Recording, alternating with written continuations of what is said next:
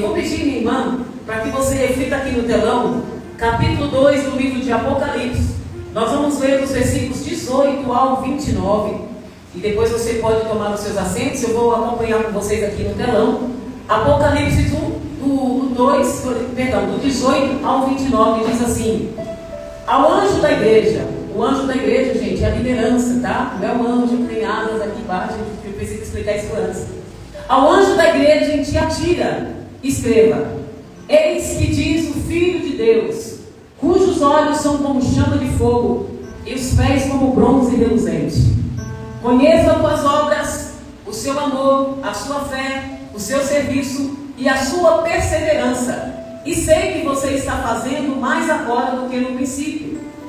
No entanto, contra você tenho isto: você tolera Jezabel, aquela mulher que se diz profetiza.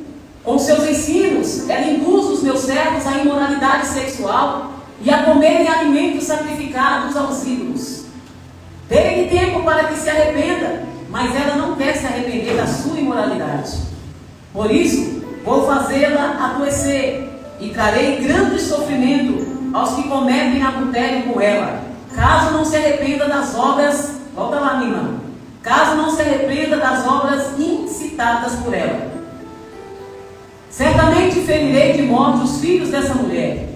Então, todas as igrejas saberão que eu sou aquele que sonda a mente e o coração dos homens, e retribuirei a cada um de vocês de acordo com as suas obras. Aos demais que estão em Tiatira, a vocês que não seguem o ensino dela e não conheceram, como eles dizem, os profundos segredos de Satanás, eu digo: não porei outro fardo sobre vocês, senão que se apeguem com firmeza ao que vocês têm, até que eu venha. Aquele que vencer e fizer a minha vontade até o fim, darei a ele autoridade sobre as nações. Ele as governará com cetro de ferro e as despedaçará como um vaso de barro. Eu lhe darei a mesma autoridade que recebi do meu Pai. Também lhe darei a estrela da manhã. Quem tem ouvidos, ouça o que o Espírito diz às igrejas. Amém? Aplauda Jesus. Aplauda mais alto a Ele quando tomar os seus assentos. Meus amados irmãos, hoje nós vamos aqui refletir sobre a quarta carta do Apocalipse enviado ali à igreja de Tiatira. Nós já falamos sobre a igreja que estava em Éfeso, a igreja que estava em Esmina, a igreja que estava em Pérgamo, e hoje nós vamos falar da igreja da Tiatira. Nós estamos trabalhando aqui todas as quintas-feiras sobre as cartas de Jesus, que foi direcionada às igrejas, às 7 igrejas que estavam na Ásia Menor, lá na bacia do Mediterrâneo, no primeiro século, quando o apóstolo João teve a revelação de Jesus, quando ele se retirou ali para a ilha chamada Patmos, por causa da perseguição. E ali Jesus se manifesta a João, se revela a João. Então ele começa a descrever, a pedir para que João escrevesse todas as coisas que iriam acontecer, inclusive as coisas nos dias, no tempo presente. E a mensagem que Jesus pede para que João escreva, uma delas, foram 7 cartas direcionadas para 7 igrejas, que estavam em tempos e lugares diferentes, com um propósito de admoestar, de exortar, de instruir e corrigir aquelas igrejas, para que elas não se perdessem ou fracassassem na fé no meio da sua caminhada. Então, gente, essa carta que João escreve através da revelação de Jesus para a igreja que estava em Tiatira, não é apenas uma história do passado, mas também é um ensinamento vivo, trazido para as igrejas nos dias de hoje, que tem como propósito nos ajudar a entender quais são os desafios que nós enfrentamos nos dias de hoje, também como igreja, e quais são o remédio, ou quais são as instruções que Jesus quer que nós tenhamos, para que nós consigamos caminhar até o final. Hoje nós estávamos conversando aqui na igreja nesse dia, como os dias estão difíceis, Como nós estamos enfrentando dias opressivos. Eu não sei se vocês têm sentido isso na pele. Tá difícil, gente, não tá fácil.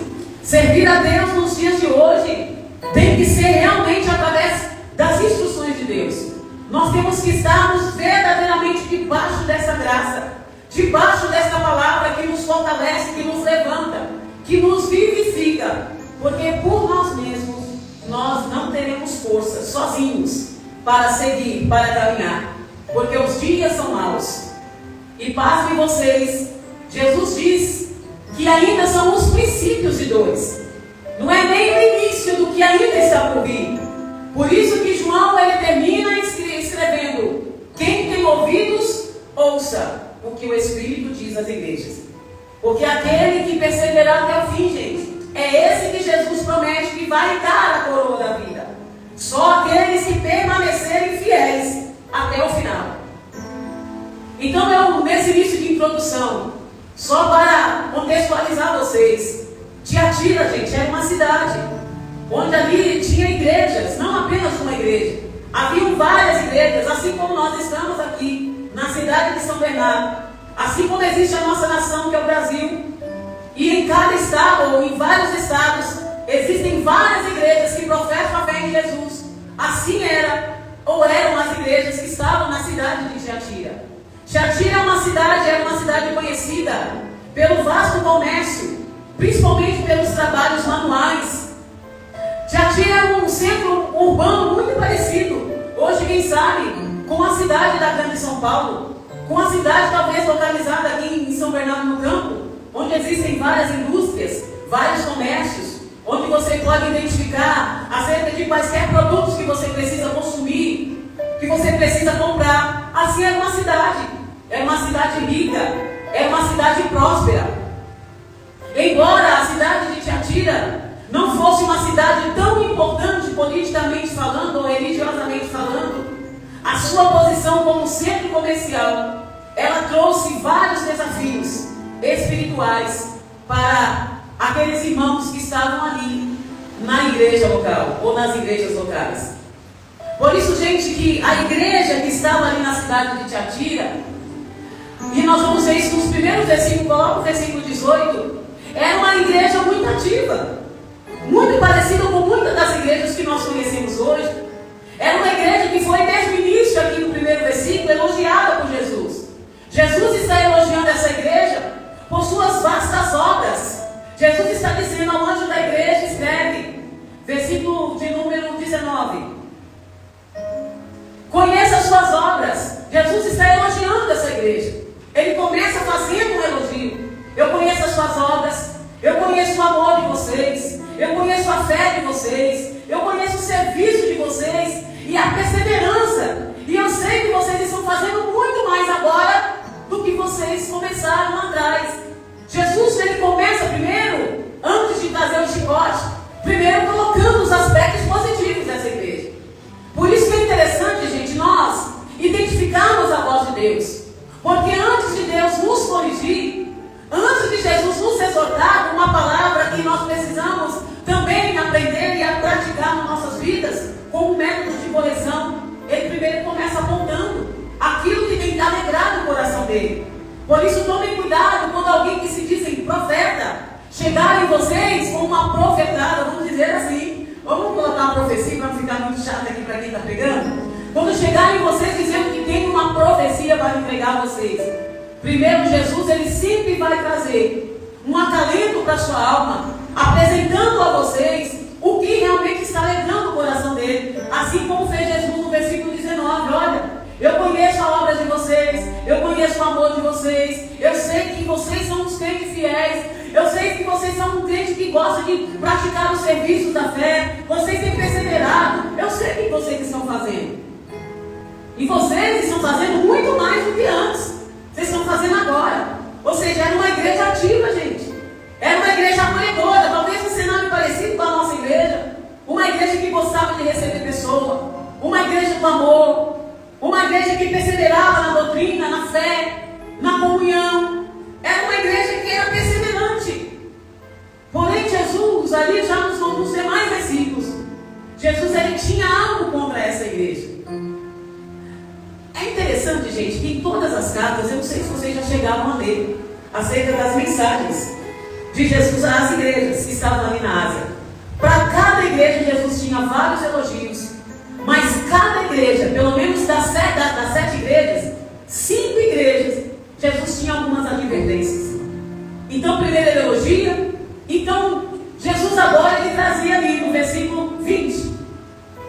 No entanto, quando tem esse no entanto, primeiro ele elogiou, agora ele está dizendo o que ele via que estava fazendo com que essa igreja se afastasse do propósito. No entanto, eu tenho contra vocês que vocês toleram quem, gente? Quem, gente? A Jezabel. Aquela mulher, olha, João deixando claro, aquela mulher que se diz profetiza com os seus ensinos, ela está induzindo os meus servos a praticar o quê? A imoralidade sexual, a comerem alimentos que são sacrificados a ídolos. Ele continua, 21. E ele está dizendo, eu estou dando tempo para que ela se arrependa, mas ela não quer se arrepender da sua imoralidade. Então Jesus, ele está dizendo que essa situação ali, que foi representada por essa figura de Jezabel, que fazia referência, gente, a uma rainha lá do Antigo Testamento, que levou o povo de Israel a praticar a idolatria e a infidelidade a Deus. Jesus está comparando o mesmo espírito maligno, satânico, que estava na vida daquela mulher no Antigo Testamento. Era o mesmo espírito que estava inserido dentro da igreja de Tiatira. Então Jesus, com os olhos como chama de fogo, que nós vamos ver no capítulo, no versículo 18, coloca lá. Jesus, ele viu além das aparências. Jesus, ele elogia a igreja por seus atributos, pelas suas qualidades. Mas Jesus, ele estava, através de um olhar, o anjo da igreja, Jesus está alertando a liderança, o pastor da igreja. Jesus está dizendo, ó, o pastor da igreja, que está lá na igreja de Tiatira, escreve isso, escreve para o anjo e diz, olha, Filho de Deus, eis que diz o Filho de Deus. Quem está dizendo? O Filho de Deus, o próprio Jesus, cujos olhos são como chama de fogo e os seus pés como bronze reluzente. Olha como Jesus se apresenta para João. Jesus, ele não está se apresentando como aquele Cristo ensanguentado que estava caminhando até a cruz. Seu corpo estava machucado por conta dos chicotes que bateram nele, com os cravos nas mãos. O Cristo que João está vendo ali, gente, era o Cristo ressurreto, era o Cristo glorioso, que se apresentou a João, assim, os seus olhos eram como chama de fogo, os seus pés eram como latão, bronze reluzente. Foi esse Cristo glorioso que se apresenta a João e está revelando a João, eu tenho contra vocês que vocês estão tolerando o pecado, o mesmo pecado da Jezabel. O mesmo espírito que estava no Antigo Testamento na vida daquela mulher, agora era o mesmo espírito que estava inserido dentro da igreja que estava em Tiatira. Então Jesus, com os olhos ali como chama de fogo, ele vai além das aparências externas e ele revela que a igreja estava permitindo práticas que estavam comprometendo a pureza espiritual e a santidade do povo de Deus. Vocês percebem, gente, como isso é muito sério? Como nós, enquanto igreja de Cristo, nós precisamos estar vigilantes e perseverantes na doutrina. Quando eu falo na doutrina, no ensinamento da palavra de Deus.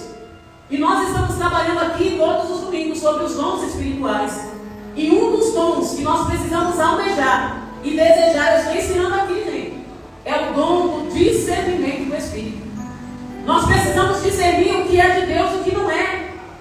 Porque o pecado muitas vezes ele vem de forma bem sutil. Ele vai entrando de forma bem disfarçada. E se o anjo da igreja, que é a liderança da igreja, não tiver o espírito do discernimento, o dom do discernimento, ele acaba acolhendo o pecado como sendo certo. E Jesus, ele está exortando essa igreja, que era uma igreja ativa nas obras, no amor, na fé, no acolhimento, no serviço. Mas essa igreja ela estava tolerando o pecado de Jezabel. Então Jesus, ele está alertando as consequências que aquela igreja teria se ela continuasse alimentando aqueles pecados da imoralidade sexual, da idolatria. Quem conhece a história de Jezabel, gente? Jezabel foi uma das piores rainhas, casada com Acabe, que perseguiu o povo de Deus, inclusive Elias. Em algum momento da vida, fugindo de Jezabel, Elias se esconde na caverna com medo de uma mulher, que ela era poderosa e endemoniada, em outras palavras. Era uma mulher cheia de demônio. Tudo que a palavra dizia, ela fazia o contrário. Tudo que Deus não queria e não gostava, ela fazia o contrário. E esse mesmo espírito de Jezabel estava inserido dentro da igreja de Tiatira. Então Jesus está alertando a essa igreja sobre quais consequências aquela igreja teria se ela tolerasse o mal. E é por isso que Jesus estava reforçando ali a necessidade dessa igreja se manterem fiéis. Então essa mensagem, gente, serve também para nós nos dias de hoje. Quantas vezes nós enfrentamos influências que parecem inofensivas ou modernas, mas que na verdade cada vez mais ela vem nos afastando dos princípios de Deus, principalmente em tempos em que o mundo está de perna para o ar, em que o mundo está de ponta cabeça. O mundo ele tenta relativar aquilo que é certo é errado e aquilo que é errado agora é certo. Então nós somos chamados como igreja de Cristo, assim como Jesus chama a igreja de Tiatira, a permanecermos firmes, defendendo a verdade do Evangelho, para que possamos viver, gente, de maneira santa. Não se prega hoje na maioria dos púlpitos, nos altares, não se fala mais sobre santidade, não se fala mais sobre pureza. O pecado agora é um tapinha nas costas, tudo bem, com jeitinho, pode levando a si mesmo.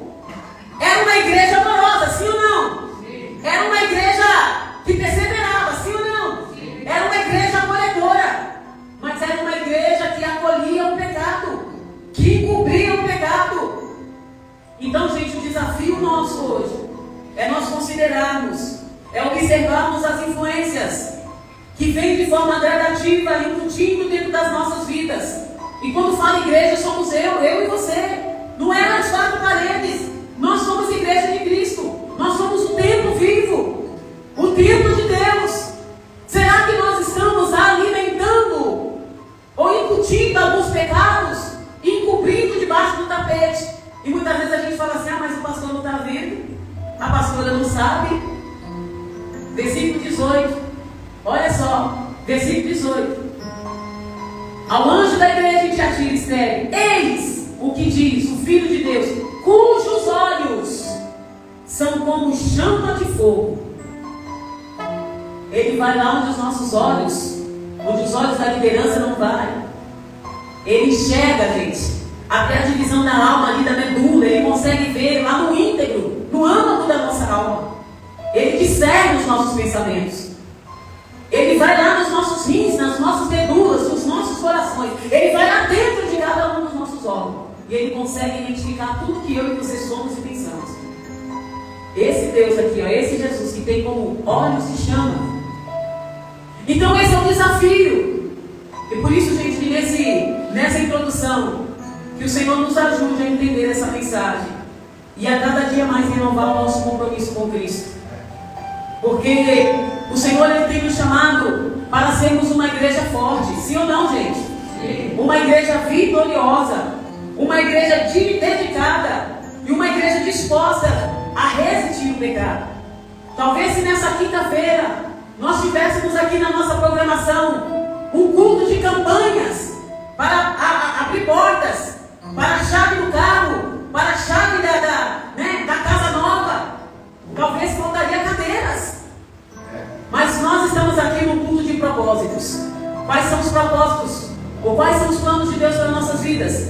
Que nós realmente mergulhamos nessa palavra, para que venhamos viver realmente como um crente santo e fiel, sabendo que Jesus nos ama. Ele nos conhece pelo nome. Ele nos chama para andar na luz e na santidade.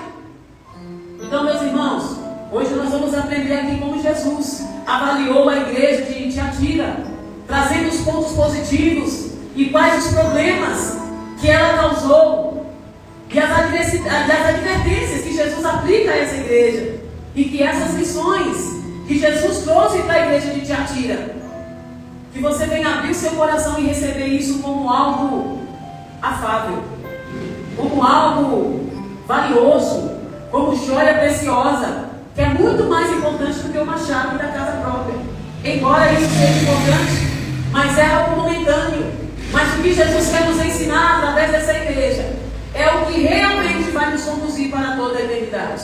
Que eu e você realmente venhamos reconhecer que a palavra de Deus, ela é viva e eficaz. Ela é mais penetrante do que uma espada de dois gumes que vai até a divisão da alma. E ela consegue juntar ali aquilo que a gente tenta disfarçar, né? Aquilo que está debaixo dos panos. Mas, pastora, justo no culto de quinta-feira, depois de um dia cansado de trabalho, você me vem com uma marretada dessa. Gente, é a palavra. É a palavra de Deus. Então Jesus, no versículo 18, ele começa dizendo que ele conhece as obras, os pensamentos e o interesse de cada um em sua igreja. Gente, é o próprio Cristo que se revela a João. Sabe o que eu acho lindo nisso? Que não foi invenção ou imaginação, Shirley, da cabeça, da mente de João. João, ele se refugiou, ele fugiu. Estava ali exilado, tipo assim, eu não quero guerra com ninguém, eu já estou fugindo da guerra, eu só quero paz. E foi neste momento que Jesus se revela a João. E não foi Jesus ensanguentado, coisa linda, né? Cristo se revela e ele diz: ó, ao anjo da igreja, escreve isso. Diz o Filho de Deus que tem olhos como chama de fogo. Gente, Jesus se apresenta à igreja como Filho de Deus. Vocês imaginam? Jesus está falando conosco aqui hoje. É o próprio Filho de Deus que está falando conosco. Porque é a palavra dele. E se é a palavra de Deus, eu sou apenas um instrumento. É o próprio Jesus que está falando conosco aqui hoje. Aleluia. Talvez nós poderíamos pensar: nossa, essa igreja poderia estar cheia, deveria estar lotada. Mas se você está aqui é porque essa palavra é para mim, para você. Essa palavra é para nós. Então ele se apresenta como Filho de Deus, aquele com olhos com chama de fogo e pés de bronze. Isso simboliza, gente, a onisciência de Deus. Simboliza o juízo divino de Deus. Quando Jesus se apresenta como Filho de Deus para João, João era o íntimo de Jesus. Lembra? Os 3 discípulos, Pedro, Tiago e João. João foi aquele que se inclinou ali no ombro de Jesus, na última ceia. João foi aquele que acompanhou Jesus de perto, nos momentos mais críticos. Então ele era íntimo de Jesus. Então ele reconheceu que aquele que falava com ele era aquele Cristo ressurreto, aquele Cristo que venceu a morte, que venceu os recuperados da vida. Então ele tinha a audácia de dizer: João, eu sou o Filho de Deus. E essa palavra é para todos nós. É para todos nós. Não só para o anjo da igreja, como líder dessa igreja. Mas essa palavra é para todos aqueles que querem viver uma vida em santidade, querem viver uma vida com seus corações debruçados, gente, naquilo que interessa, que é a palavra de Deus. Que o Senhor nos ajuda. Que o Senhor tenha misericórdia de nós. Os seus olhos são como chama de fogo e os seus pés como de bronze polido. A onisciência e o juízo, o justo juízo de Deus. Jesus é aquele que sonda os nossos rins, os nossos corações. Jesus é aquele que sabe dos nossos interesses e mais profundos. Jesus é aquele que conhece a nossa mente numa dimensão que nem nós conhecemos. Jesus é aquele que sabe até o que nós vamos pensar daqui a alguns segundos. Jesus é aquele que tem interesse sim nos nossos pensamentos. Não só nos nossos pensamentos, mas também nos nossos sentimentos. Jesus é aquele que tem interesse em saber de que maneira nós queremos viver uma vida como cristãos. Ele se interessa por nós. Ele se interessa sobre como a maneira que eu devo e quero caminhar com Ele. Ele tem interesse em nós. Esse é o Deus que está sondando o meu e o seu coração aqui esta noite. E Ele está dizendo: eu sou Jesus. Eu sou Jesus. Glória a Deus. Então esse Jesus, Ele não apenas observa as nossas ações externas, sobre o que nós fazemos no dia a dia, mas Ele julga as nossas motivações internas. Ele julga aquilo que nós pensamos, gente. Ele julga aquilo que nós verdadeiramente queremos. Ele sabe exatamente se os nossos corações estão realmente mergulhados nele ou se os nossos corações estão lá fora nessa hora. E quando nós estamos aqui, quem sabe muitos de nós estamos distraídos, preocupados com os problemas. Ele conhece e Ele julga as nossas reais motivações, porque Ele nos vê de dentro para fora. por isso que a igreja ela pode até ser muito ativa, acolhedora. Essa igreja pode até ter vários eventos, tantas outras coisas, mas se essa igreja estiver ali, ó, com o pecado lado a lado, mão a mão, mano a mano com o pecado, Jesus tem algo contra essa igreja. E é sobre isso essa mensagem esta noite. Nós podemos até sermos ativistas na obra de Deus, no serviço, e vai e pá. Mas se os nossos corações não estiverem inclinados, gente, na real proposta ou no real propósito do Evangelho, de nada vale tanto movimento, de nada vale tanto amor, de nada vale tanto acolhimento, de nada vale tanto serviço, de nada vale tanta coisa. Nós vamos nos tornar ativistas e não verdadeiramente aqueles com corações filtrados naquilo que Deus quer que nós sejamos.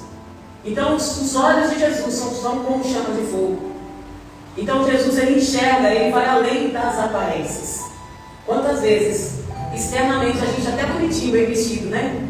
Hoje eu vim com vestido que no meio do caminho suei, transpirei, não fui em casa, vim direto do trabalho para cá, falei, Cidinho, passei lá, me empresta uma roupa para eu me vestir. Isso aqui é preconcedinha, gente. Me empresta uma roupa para eu me vestir, para eu estar bem. Mas externamente, aparentemente, possa ser que aquele ele esteja legalzinho, ó, roupa legal, aparentemente com um sorriso no rosto, mas aquele que nos olha, que nos vê como olhos com chamas de fogo, ele sabe exatamente como eu estou por dentro. Ele sabe quais são as minhas reais motivações, quais são as minhas intenções. Gente, e é interessante que esse olhar de Jesus, sabe aquele raio-x, Daniel?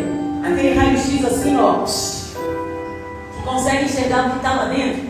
Quando quebra um osso, quando tem alguma coisa dentro de nós, a gente só consegue ver como? Os médicos conseguem ver?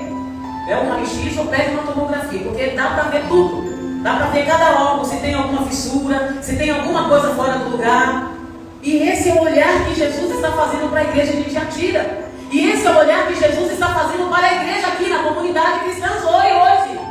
Ele está nos vendo com esse olhar do raio-x espiritual. Então Jesus não apenas está vendo as nossas ações aqui, mas Ele também está vendo os nossos desejos.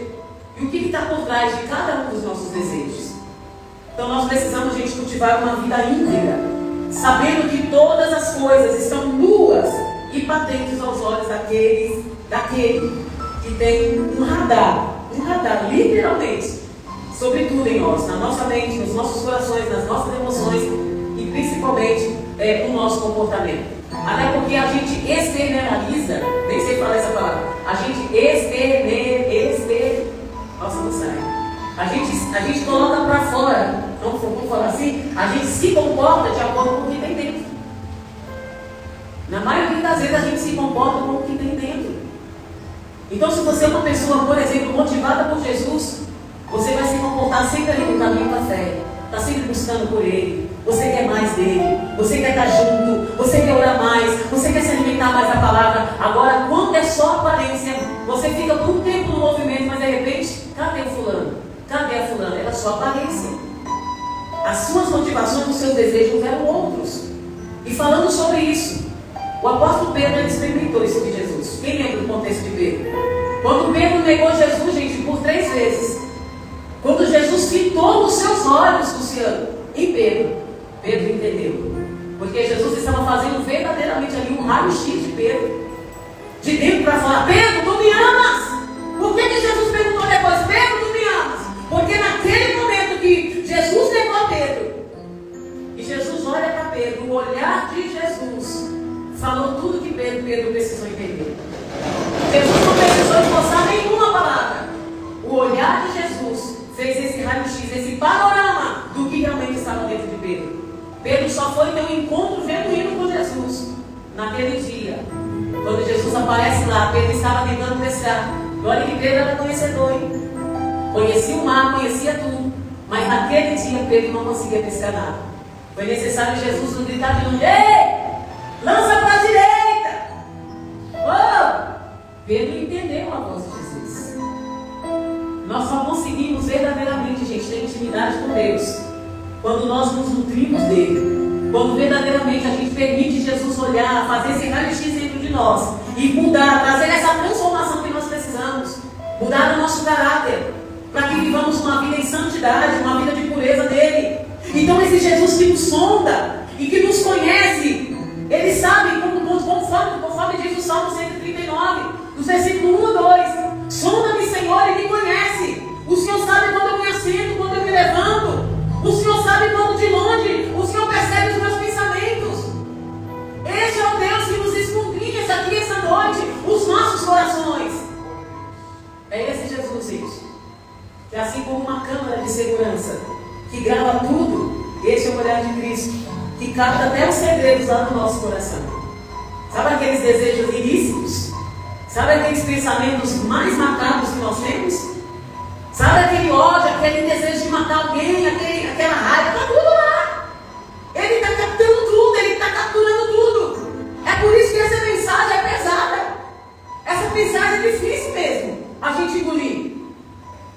Não adianta nós sermos uma igreja totalmente envolvida nas obras e fazer e tal, mas se nós estamos acolhendo o pecado, se nós estamos vivendo uma vida de imoralidade sexual, se nós estamos vivendo uma vida de idolatria, e a idolatria aqui, gente, é vasta. Nós como cristãos nunca se viu tanta idolatria praticada no nosso meio como nos dias de hoje. Crente místico, idólatra, que pratica o pragmatismo religioso e tantas outras coisas. Pessoas em adultério e não abrem mão do adultério. Pessoas em fornicação e não abrem mão da fornicação. Estão vivendo, estão levando a vida. Como diz a música do Zeca Pagodinho, deixa a vida me levar. Eu estou lá na igreja nas quintas, eu estou lá no domingo mesmo. Ninguém está vendo. Mas aquele que tem os olhos como chama de fogo, ele nos escondrinha aqui essa noite. Versículo 23. Para aqueles que não se arrependerem, olha o que Jesus fala. Certamente ferirei de morte os filhos dessa mulher. Então todas as igrejas saberão que eu sou aquele que sonda a mente e o coração dos homens e retribuirei a cada um de vocês de acordo com as suas obras. A gente pode até esconder do homem. A gente até porque, gente, aqui não precisa, não tem nenhum funcionário aqui. Aqui não é uma igreja católica. Que vocês têm um lugarzinho que você tem que chegar lá, eu vou lá confessar para o pastor. Eu vou lá confessar o meu pecado para a pastora. Não é sobre isso que nós estamos dizendo aqui. Jesus, ele busca uma vida de retidão, de transparência com Ele, de sinceridade. Oxalá sejamos mornos ou frios. Nós precisamos, aliás, oxalá sejamos quentes ou frios. Porque morno ele vai vomitar na boca dele, é Jesus que diz. Por isso que pregar sobre o Apocalipse é pesado. Para quem prega, principalmente, é difícil. No versículo 23 ele diz: a cada um de vós darei segundo as suas obras. Então, gente, não nos enganes. De Deus a gente não pode zombar. Tudo que o homem semear, ele também ceifará. É a lei da semeadura, Gálatas 6:7. Assim como o agricultor, ele colhe aquela planta no dia do juízo. As nossas ações vão revelar exatamente a nossa fidelidade diante de Deus. Sabe a história do joio e do trigo? Naquele dia, Luciano, é a palavra que diz. Jesus saberá no meio ali do trigo, do joio, quem realmente é trigo. É uma planta muito parecida, vocês já viram? O joio e o trigo é muito semelhante. Parece, mas não é. Mas naquele dia ele vai saber avaliar quem realmente é quem. Nós podemos até esconder um dos outros, mas aquele não. Naquele dia nós seremos julgados de acordo com as nossas obras. Ele distingue aquele que é fiel e aquele que não é. Naquele dia muitos vão falar: olha, Senhor, em teu nome, não é assim? Eu expulsei demônio.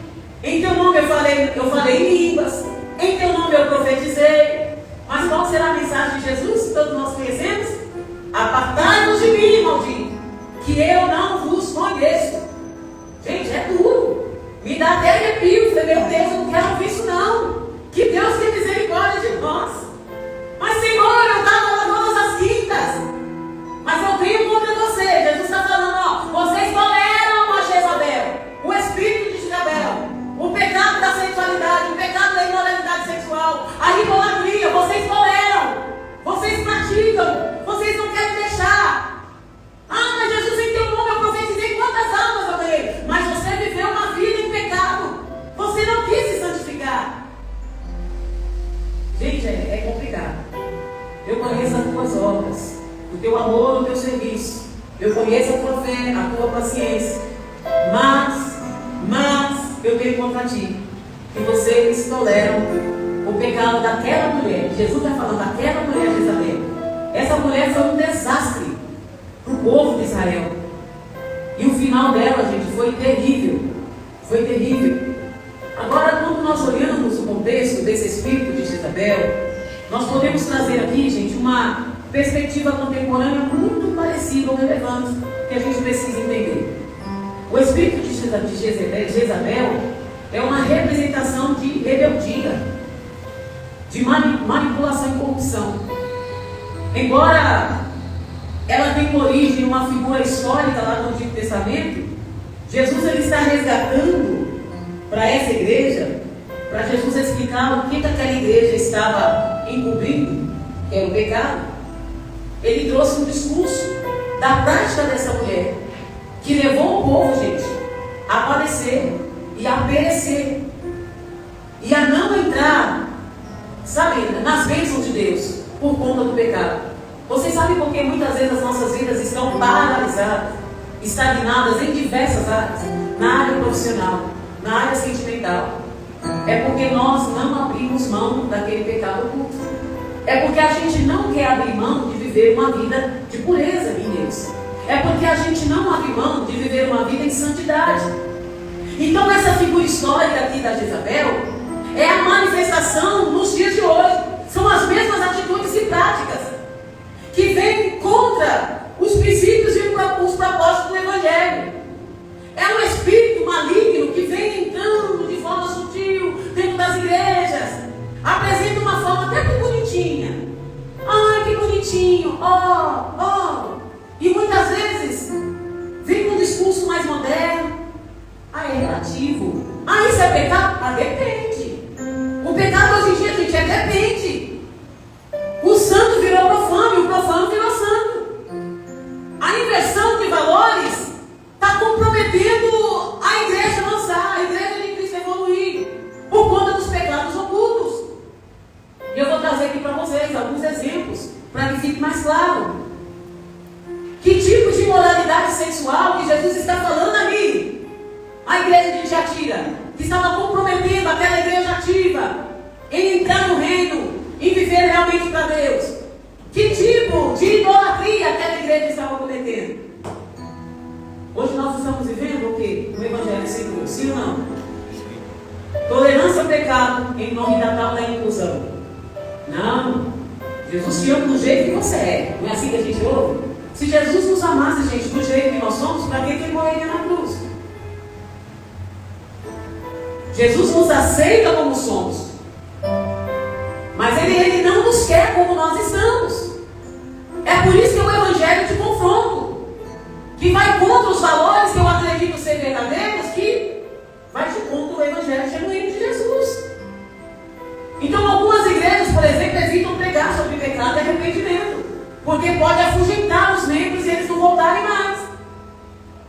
Por que a nossa igreja ainda não cresceu em volume, em quantidade? Porque a gente não está comprometido com aquilo que as pessoas querem ouvir. Nós somos comprometidos com o que a palavra quer que nós preguemos.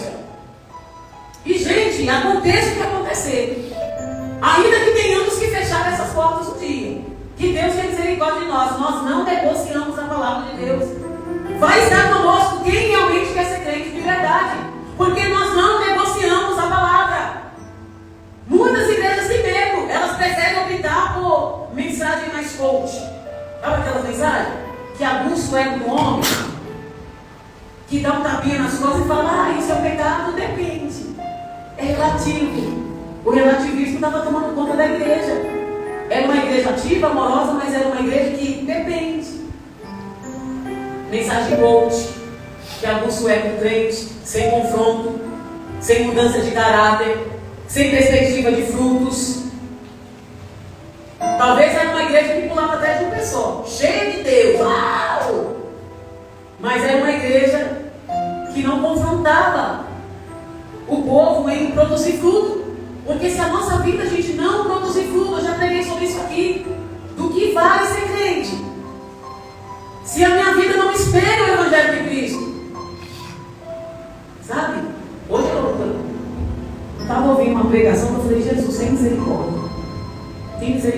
pastor da igreja, estava dizendo que o mais importante era que as pessoas sejam felizes.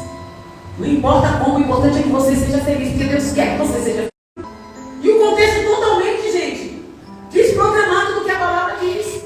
Porque essa mensagem, ou esse tipo de mensagem, ignora exatamente o que a palavra diz sobre santidade e obediência. A cruz, gente, sempre foi e sempre será o centro da fé cristã. E quando nós falamos de cruz, a cruz requer o quê? Arrependimento, confissão de pecado. A cruz requer arrependimento e a volta ao verdadeiro discipulado. Que nós venhamos pregar o evangelho que liberta e não o evangelho que nos agrada. Esse evangelho que agrada e está levando muita gente para o inferno.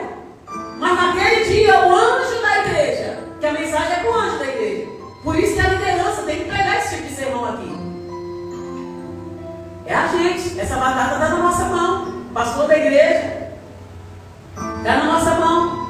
E a mensagem de Jesus, que Jesus pregou durante os seus 3 anos de ministério foi: arrependam-se, arrependimento. Assim como o médico, gente, ele não trata apenas os sintomas de uma doença grave, ele vai diretamente na raiz. É assim que deve ser a vida do evangelho nas nossas vidas. Às vezes a gente está padecendo um monte de coisas que está surtindo efeito aonde? Nas nossas emoções, no nosso corpo físico, no nosso profissionalismo, no nosso trabalho. É porque é fruto de pecado. É fruto de pecado. Porque quando nós vamos encobrindo o pecado e a gente vai vivendo uma vida nele, a gente vai colher o fruto. A gente colhe esse fruto. Então, gente, a vida do evangelho não é utopia. A vida do evangelho é real. Infelizmente se pratica hoje o que em muitas igrejas? O evangelho de utopia.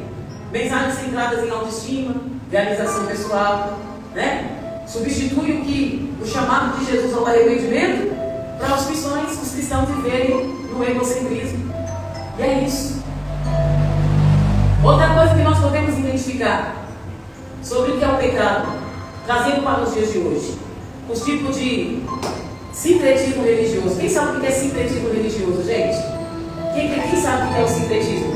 Alguém quer tentar opinar? Sincretismo religioso ocorreu muito na era medieval, quando a igreja católica medieval pregava um evangelho que era totalmente antibíblico. Era uma mistura de ideologia com filosofias pagãs misturada com o cristianismo. Hoje a gente vive muito isso. Sabe aquelas práticas de meditação transcendental, terapia espiritual, que vai te levar lá na glória? Isso é antibíblico. Quando você mistura o que é padrão do reino, cultura do reino, com coisas filosóficas e ideológicas, isso é pecado, gente. É totalmente antibíblico. Hoje a gente enxerga um monte de igrejas lotadas. Igrejas, gente, foram de templos lotados com essas ideologias. Esses líderes que promovem esses retiros espirituais, misturando ensinamento cristão com práticas esotéricas. Vocês acreditam nisso? Práticas esotéricas. Eu vou dar um exemplo para vocês. Aqui no nosso encontro acolhedor, o que nós estamos trabalhando aqui? As questões emocionais. Não dá para misturar. Não dá, embora é possível, porque a gente pode ressignificar tudo depois no sangue de Cristo. Mas eu não posso pegar texto sem contexto bíblico, sem exegese bíblica, para aplicar uma coisa que não tem nada a ver com a palavra. E hoje o que mais tem? As pessoas misturarem a teologia, ou seja, a palavra de Deus, com práticas esotéricas, com magias espirituais, totalmente desconectada da proposta do Evangelho. Deus é exclusivo. Ele não divide a sua glória com nenhuma outra prática filosófica, ideológica. A pureza do Evangelho deve ser preservada. Porque quando nós fazemos isso, isso se transforma em quê? Em heresias. Então, gente, misturar a língua com veneno, o que acontece no final? É morte na certa. Por mais que você pega aquilo que é santo, que é a palavra de Deus, mistura com coisas místicas, no final você matou esse crente. No final você morreu espiritualmente e você não sabe mais discernir o que é de Deus e o que não é. Então cuidado com os lugares que você frequenta, com o tipo de doutrina ou mensagem que você está ouvindo, que está assim, aguçando o seu ego de forma momentânea, alimentando a sua carne. os seus pensamentos falsos e mentirosos, hipócritas acerca de si mesmo. Mas está matando o seu espírito. E quando você vê, você está desviado, afastado do evangelho genuíno. Então essa é a mensagem que Jesus está fazendo para a igreja. Eu tenho contra você, porque vocês estão tolerando o pecado de Jezabel.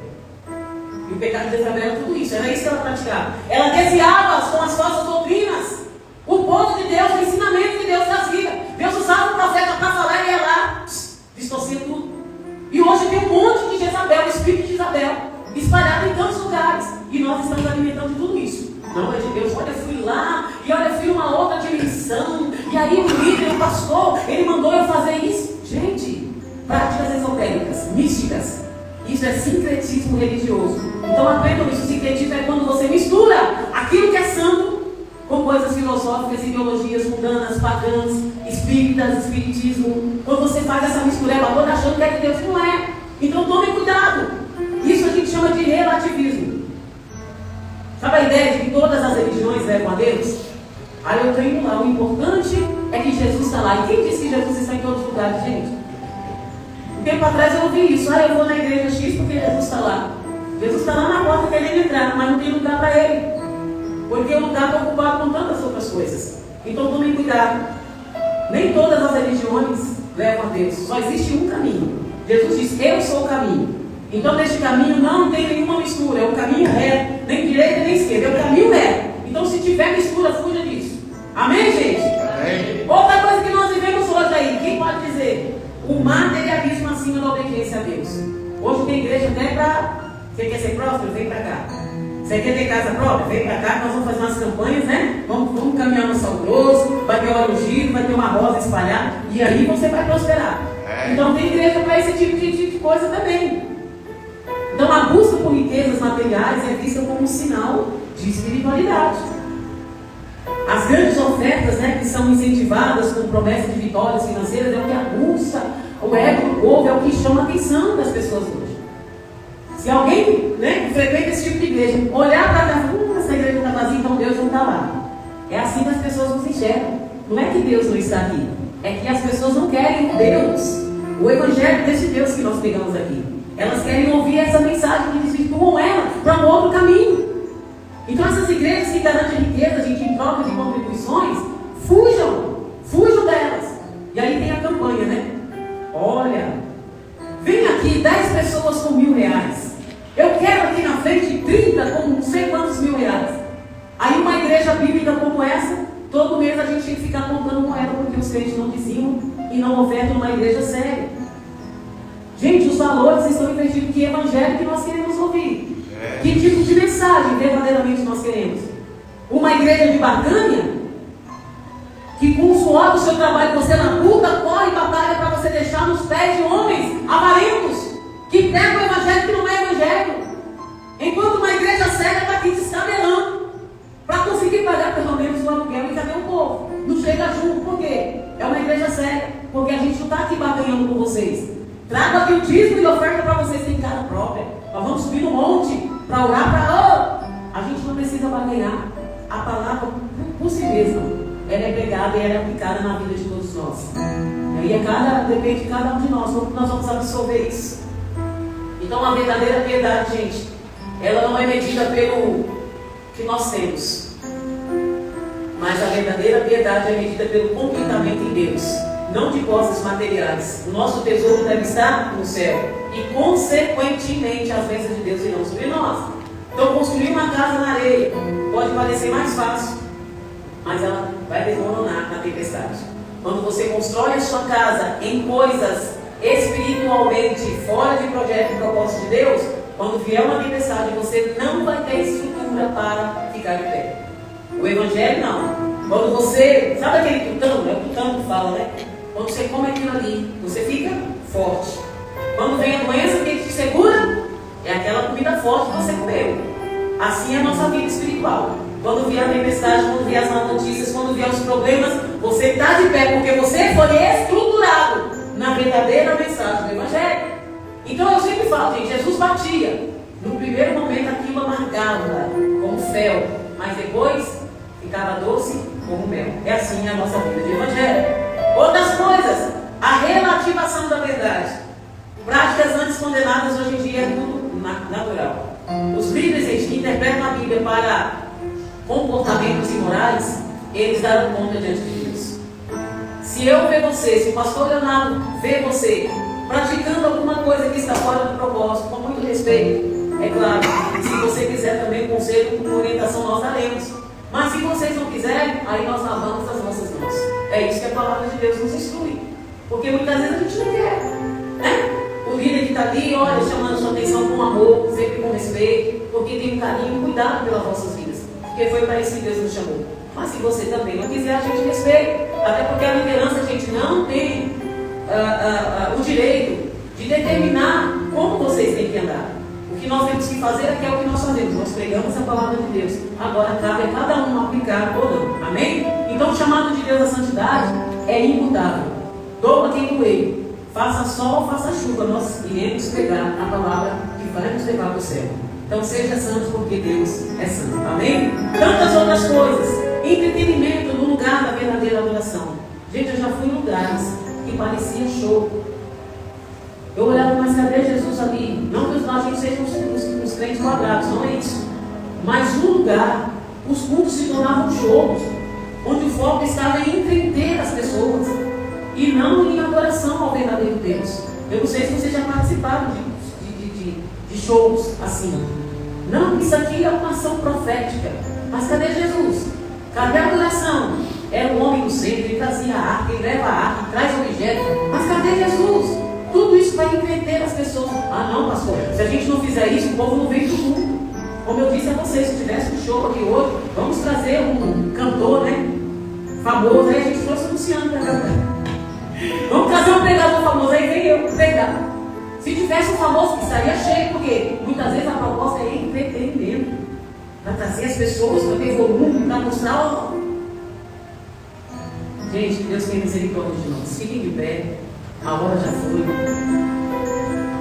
Mas nós não podemos deixar de trazer uma mensagem que tem conteúdo aqui, que a princípio parece soar como pesado. Eu sei que tem muita gente aí com até um pouco de sono, é pesado. Mas é o texto, é o que a Bíblia nos ensina. Assim como Jesus, meus irmãos, exortou a igreja de Tiatira, nós somos chamados também a discernir e a resistir às influências do espírito de Jezabel, que tenta diluir o Evangelho e comprometer a santidade de Deus. Que nós venhamos voltar à pureza da palavra, ao compromisso com a cruz e a obediência com Deus. Então, a minha pergunta para vocês é: será que realmente nós estamos ansiosos para rejeitar o Evangelho superficial e buscar a transformação genuína? Será que nós estamos ansiosos para isso?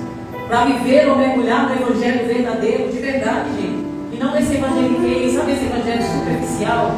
Eu estou na igreja, mas a minha vida no dia a dia é uma vida de fornicação, é uma vida em pornografia, é uma vida na mentira, é uma vida no roubo, é uma vida na prostituição, é uma vida no adultério, é uma vida na fornicação.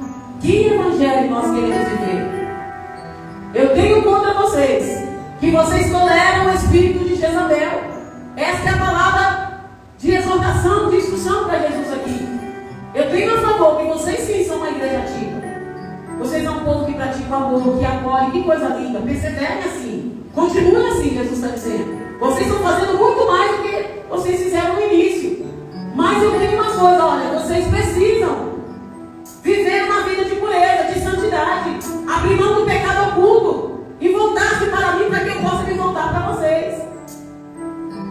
Porque Jesus está nos advertindo aqui. Eu estou dando tempo para vocês se arrepender. Jesus está dizendo isso, eu estou dando tempo. Assim como Deus deu tempo para Jezabel se arrepender, ela não se arrependeu. E Jesus está dizendo, ela não quis se arrepender. Então a graça de Deus, gente, ela é paciente. Que não venhamos abusar da graça de Deus como libertinagem. Nós somos livres em Cristo, mas essa liberdade tem que ser nele. A graça não te dá liberdade para você pecar e continuar pecando. A graça ela te dá liberdade para você reconhecer que é um pecador, reconhecer que você está cometendo pecados, que está entristecendo o coração de Deus e se voltar a Ele, se arrependendo, abrindo mão desse pecado que está te levando para o inferno. Deus é paciente. mas limitada no tempo. A paciência de Deus, a graça de Deus é paciente, mas tudo tem limite. Então, se há pecado em sua vida, feche seus olhos. Se há pecado em sua vida, se arrependa hoje. Não adie a sua resposta ao chamado de Deus. Jesus te promete uma recompensa aos vencedores, aos que permanecerem fiéis. Ele garante vitória, autoridade, comunhão eterna com Ele. Ele garante que se você abrir mão deste pecado, coisas maiores e eternas você experimentará ainda nessa terra com Ele. Não só na eternidade, mas ainda nessa vida. Oh! O que tem de retendo até que eu venha. Jesus chama a sua igreja para permanência firme dentro das opressões. Pastora, está difícil. Está difícil porque a minha carne é sensível. Mas Jesus experimentou a dor. Ele foi na cruz para que você pudesse vencer em nome dele a sua carne, a sua dificuldade. A graça dele te alcança para que você possa resistir à carne, o pecado e o mundo e dizer: Senhor, eis-me aqui, ainda que seja difícil. Eu quero resistir às tentações da carne, às tentações do mundo. Eu quero viver o verdadeiro evangelho, o evangelho da cruz, o evangelho genuíno. Eu não quero negociar a minha vida. Eu não quero negociar a minha vida espiritual com nada. Como um marinheiro que segura o leme em meio a uma tempestade, cada um de nós cristãos, nós devemos nos manter de pé, a nossa fé em Cristo. Então, meus irmãos, venham perseverar na palavra e na santidade, sabendo que Jesus está voltando. Sabendo que Jesus está voltando. E há uma palavra de Deus para mim, para você, conforme o versículo 26 do capítulo 2. Ao que vencer e perseverar até o fim das minhas obras, eu lhe darei autoridade sobre as nações. Isso reflete, gente, o governo de Cristo. Cristo está compartilhando com os santos na glória futura. Cristo está compartilhando com cada um. Nós reinaremos juntamente com Ele. Jesus vai reinar e nós reinaremos com Ele. Somente aos vencedores, somente os coerdeiros de Cristo, somente aqueles que suportarem as dificuldades, somente aqueles que abandonarem os seus pecados, somente aqueles que desejarem uma vida com Cristo viverá a eternidade para todos sempre com Ele. Há uma promessa. Jesus está dizendo: eu lhe darei a estrela da manhã. A estrela da manhã representa a própria presença de Cristo. Aquele que permanecer fiel, fica até o final. Ele ganhará a recompensa com Cristo.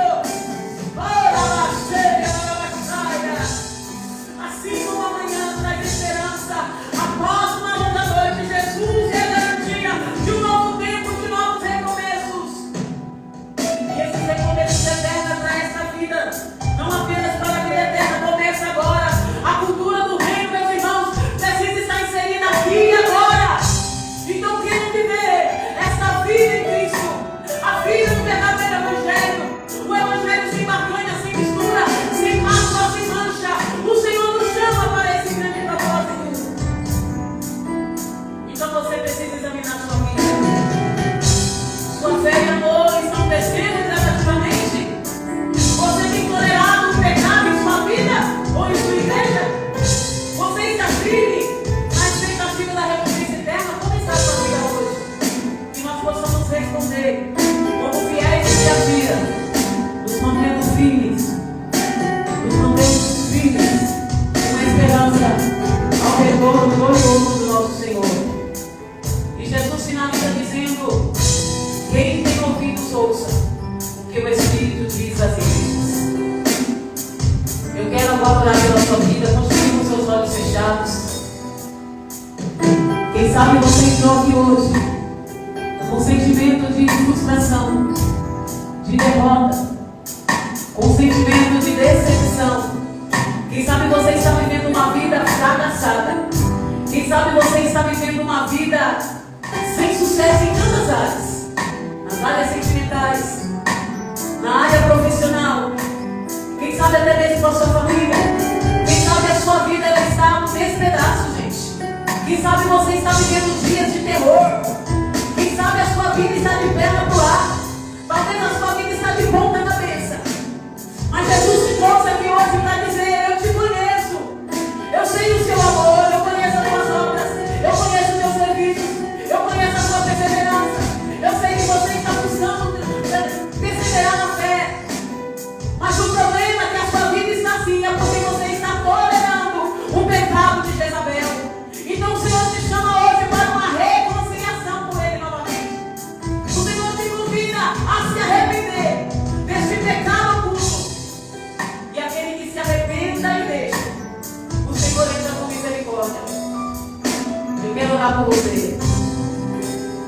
Quero orar por você. Quando você estiver no seu lugarzinho mesmo, não precisa vir ali na frente.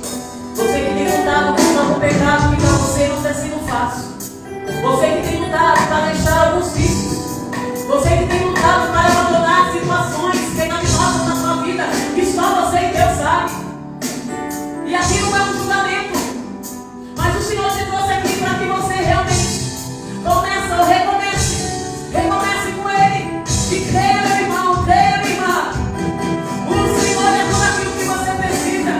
Se você verdadeiramente abandonar aquilo que tem frustrado você, que é o seu pecado, você viverá uma vida diferente.